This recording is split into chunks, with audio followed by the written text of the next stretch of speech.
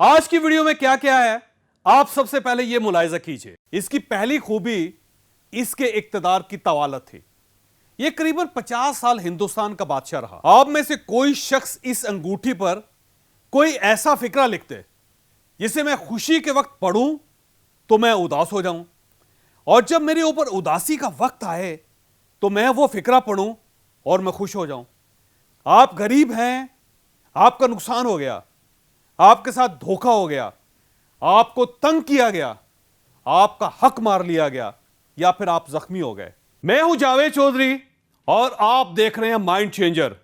हमारे साथ एक साल में 10 लाख लोग जुड़ चुके हैं। अगर आप इनमें शामिल नहीं हैं तो आप इस सुर्ख निशान को टच करके इस चैनल को सब्सक्राइब कर दीजिए और घंटी के इस निशान को भी हल्का सा पुश कर दीजिए। मुझे यकीन है आपका यह फैसला आपका मुकद्दर बदल देगा। जलालुद्दीन मोहम्मद अकबर हिंदुस्तान का मशहूर बादशाह था।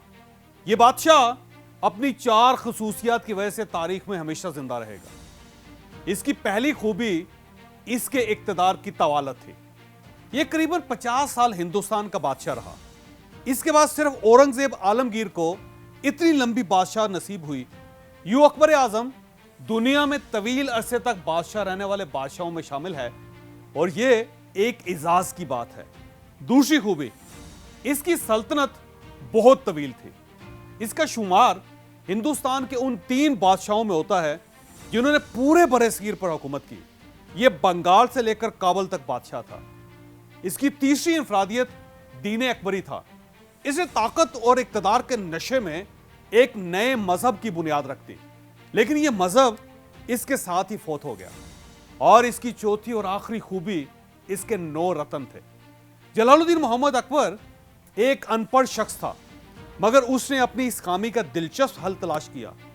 उसने हिंदुस्तान भर से 9 दानिशमंद, ज़हीन, आलिम और बाकमाल लोग आगरा में जमा किए और इन्हें अपना वजीर और मशीर बना लिया।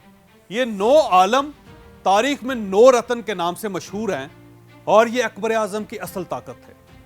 इन 9 रत्नों में राजा बीरबल भी शामिल था। बीरबल का असल नाम महेश था। यह जात का भांड था, लेकिन अल्लाह ताला ने इसे बेतहाशा जहानत से नवाज रखा था।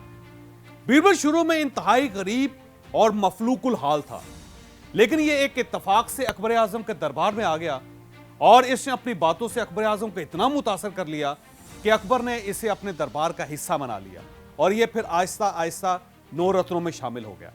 बीरबल अपनी हरकतों और बातों से गैर संजीदा इंसान दिखाई देता था, लेकिन वो बेइंतहा संजीदा, दानिशमंद और आलम था।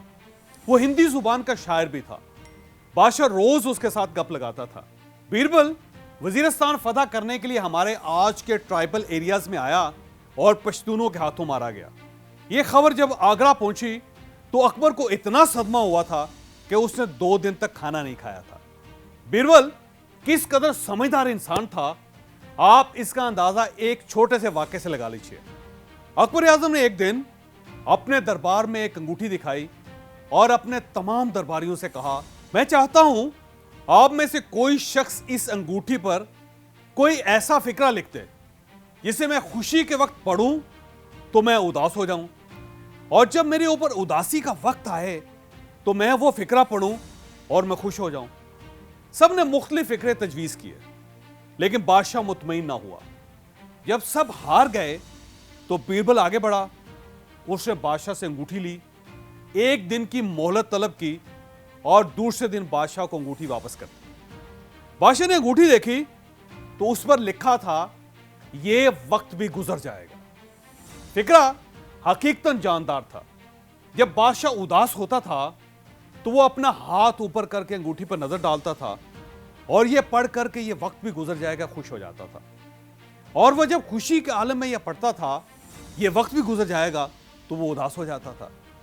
आप भी यह फिक्रा पल्ले बांध लें और यकीन कर लें कि दुनिया में वक्त से बड़ा कोई डॉक्टर, कोई इलाज और कोई दवा नहीं होती। आप गरीब हैं, आपका नुकसान हो गया, आपके साथ धोखा हो गया, आपको तंग किया गया, आपका हक मार लिया गया, या फिर आप जख्मी हो गए। इसका सिर्फ और सिर्फ एक हल है, इंतजार। इस बुरे वक्त के गुजरने का इंतजार।